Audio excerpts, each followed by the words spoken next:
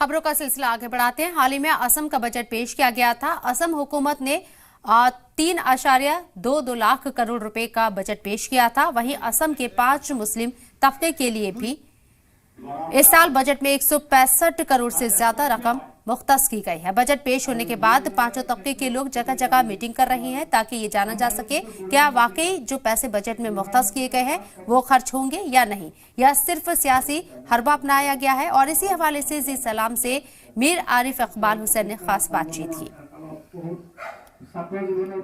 असम के 5 जनजाति मुसलमानों को जब जो बजट में 162 करोड़ से भी ज़्यादा जो एक धनराशि रखी गई है बजट में, ख़ास तौर से उसी को लेकर हमने जो गोरिया जनजाति जो संगठन है उनके लीडर से बातचीत करने पहुंचे हैं कि ये जो पैसा है किस तरह से यूटिलाइज किया जाएगा और किस काम में लगेगा।